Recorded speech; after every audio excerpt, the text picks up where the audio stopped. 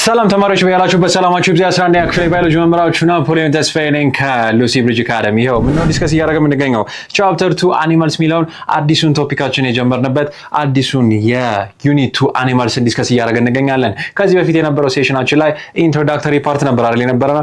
በዚህ ቶፒክ ላይ በዚህ ዩኒት ላይ ምን ነገሮችን ነው የምንመለከተው የሚለውን ብሪፍሊ የተመለከትንበት ሴሽን ነበረ። ያንን ያልተመለከታችሁ ካላችሁ ኦፍ ኮርስ እዚህ ጋር ለምን መጣ የሚለው ግራ ሊገባችሁ ይችላል። ግራ እንዳትጋቡ በቀላሉ እንድትረዱት ሁሉ ነገር ስቴፕ ባይ ስቴፕ አንድ ባንድ እንመለከታለን። ከዚህ በፊት የነበረውን ሴሽናችንን መንደርደሪያ ሀሳብ ስለሚሆናችሁ ፕሊዝ ጎ ባክ ኤንድ ዋች ዳት ቪዲዮ that was the introductory as well as the unit outcome video ማለት ነው። Today's topic of discussion is going to be በጣም አጭር በጣም ቀላል 2.1 characteristics of animals በሚለው ቶፒክ ላይ የምንማማር ይሆናል ማለት ነው። 2.1 characteristics of animals አኒማሎች ምን ባህሪያት አሏቸው የሚለውን ካየን በኋላ ብሪፍሊ ስለ vertebrate invertebrate እንዲሁም ደግሞ homeothermic እና poikilothermic ወይ በቴምፕሬቸር ሬጉሌሽኖቻችን ላይ ዲፔንድ አድርገን በሁለት እንደምንከፍላቸው ካየን በኋላ በሚመጣው ሴሽናችን ላይ 2.2 vertebrate and invertebrate በሚለው ሴሽናችን ላይ ኢን ዲቴል ስለተለያዩ ክላሲፊኬሽኖቻቸው የምንማማር ይሆናል ማለት ነው። Okay, do not forget about this. This is just a very simplified, a very easy topic to discuss. Today's topic of discussion ነው። ከመቀጠላችን በፊት as always የዌብሳይታችን አድሬስ www.lucyBridgeacademy.com ጆይን ማድረጋችሁ እንዳትረሱ። በጣም አድቫንስድ የሆኑ ሾርት ኖቶችን የጥያቄ ባንኮች ወይም ኩዌስቸን ባንኮች የምታገኙበት 5 በላይ ቋንቋ አክሴፕት ማድረግ የሚችል ፐርሰናላይዝድ AI አሲስታንት ያካተተ እንዲሁም ደግሞ ከያላችሁ ቦታው ናችሁ ያለምንም ሀሳብ እንድትማሩ የሚያስችላችሁ የኦፍላይን አክቲቪቲ አንድ ላይ ኢንኮርፖሬት የተደረገበት የኢለርኒንግ ፕላትፎርም ነው። ጆይን ማድረጋችሁ እንዳትረሱ። as always የቴሌግራም ቻናላችን @lucyBridgeacademy ጆይን አድርጋችሁ ሀሳብና አስተያየታችሁን አጋሩን። እናስተካክለው ነገር ካለ የምንጨምርላችሁ ማንኛውም ነገር ካለ please do not feel any kind of fear to share it with us. Okay, directly share አድርጉልን።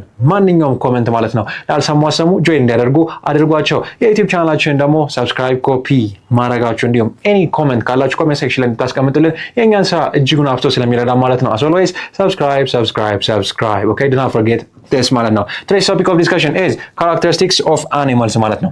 by definition እስቲ ከቀላል ካራክተሪስቲክሶቻቸውን እናሳ። በጣም የተለያዩ ካራክተሪስቲክሶች አሏቸው።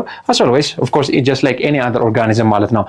እዚህ ጋር የምትመለከቱት ሁሉ ጊዜ እላችኋለሁ። እዚህ ጋር ከምትመለከቱት ቲሸርት፣ እዚህ ጋር ከሰዓቴ፣ ከዚህ ጋር ከምጽፍበት ፔን፣ እዚህ ጋር ከምትመለከቱት ቦርድ የኔ ሊቪንግ መሆን በምን እንደሚለየው ካላችሁኝ በካራክተሪስቲክሶቼ ነው በማሳያቸው ጠባያት ወይ ደግሞ ባህሪያት ማለት ነው። okay, what are the characteristics of a living thing?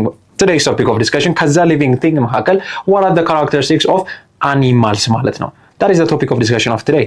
በጣም ቀላል የሆነው ማንኛውም እንስሳ even yes we are also social animals right የተለያዩ ሶሻሊስቶች እንዲሁም ደግሞ ሶሻል ስተዲስ የሚያጠኑ ሳይንቲስቶች they actually tell us that we are social animals. So what are the characteristics of an animal by definition? በጣም ከቀላሉ እንነሳ ካልን እዚህ ጋር ከምትመለከቱት ሰርክል ያደረኩበት ፓርት ነው ሄትሮትሮፊክ። ተደጋጋሚ ሲባል ሰምታችሁ ታውቃላችሁ። አውቶትሮፊክ ፎቶ ምን ሲባል ኪሞት ሄትሮትሮፊክ ሲባል ሰምታችሁ ታውቃላችሁ። ኦር ሌትስ ሴይ ኪሞ አውቶትሮፍ ሲባል ሰምታችሁ ታውቃላችሁ። ወይ ደግሞ ፎቶ አውቶትሮፍ ሲባል ሰምታችሁ ታውቃላችሁ። ሄትሮትሮፍ ሲባል ሰምታችሁ ታውቃላችሁ። ምን ማለት ነው ባይ ዴፊኒሽን? what does that mean? የሁለት ቃላት ጥምር ነው። as always እናንተ ለማወቅ ከፈለኩኝ መጀመሪያ ስምህ ማን ነው ብዬ እንደምነሳው ሁላ እናንተ ለመታወቅ ስሜ እንደምትጠይቁኝ እኔን ለማወቅ ስሜ እንደምትጠይቁኝ ሁላ whenever you're talking about any other topic, let it be physics, chemistry, biology, whatever ማለት always begin from the term heterotrophic. ሄትሮ ማለት ነው መለያየት ማለት ነው። ሆሞዛይገስ ሄትሮዛይገስ ሲባል ኬሚስትሪ ላይ ተምራችሁ ነበር። concept of mixture, right? It applies everywhere by the way. Homo means the same አይደል? hetero means different. Okay, so by definition ምንድነው እያስቀመጠልን ያለው ማለት ነው? Okay, so that means what? hetero, I have hetero, right? And I have genus, right? Heterogeneous. So hetero ማለት ነው መለየት። እዚህ ጋር okay, genus ከምንለው this is not a chemistry lecture, but let's say there is what? This is trophic, right? Heterotrophic. ትሮፊክ ማለት ነው by definition ማምረት ማለት ነው። የሚያመርት የሆነ አካል አለ ከሱ ምን ላይ ከሆነ ማምረት አልችልም by definition I am ሄትሮትሮፊክ ማለት ነው።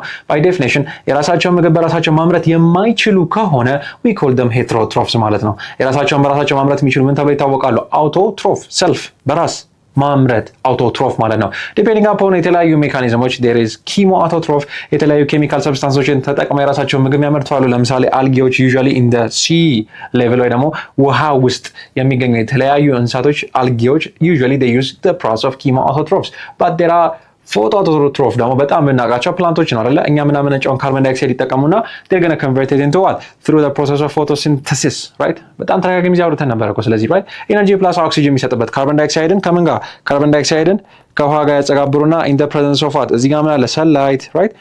That's it. In the process of sunlight ወደ ምን by the process of photosynthesis ማለት ፎቶ ማለት ላይት ነው ሲንተሲስ ማለት ማምረት ነው ማለት ነው። የራሳቸውን ምግብ በራሳቸው ማምረት የሚችሉ ከሆነ ምን ብለን እንጠራቸዋለን ማለት ነው? ሄትሮትሮፍስ የምንላቸው ሰልፍ ፕሮዲዩሲንግ ስለሆኑ we call them autotrophs. Okay? We call them autotrophs ማለት ነው። አውቶ ማለት ሰልፍ ነው፣ ትሮፍ ማለት ማምረት ነው። By definition that's as simple like that. So animals የራሳቸውን ምግብ በራሳቸው ማምረት ይችላል እንዴ? እናንተን ለማለት ነው ዲፔንድ የምታደርጉት? Of course either we are going to be what carnivores or we going to be herbivores ሁለቱንም አንድ ላይ ኮንሱም ስለምናደርግ ኦምኒቨረስ ነን አይደለኛ?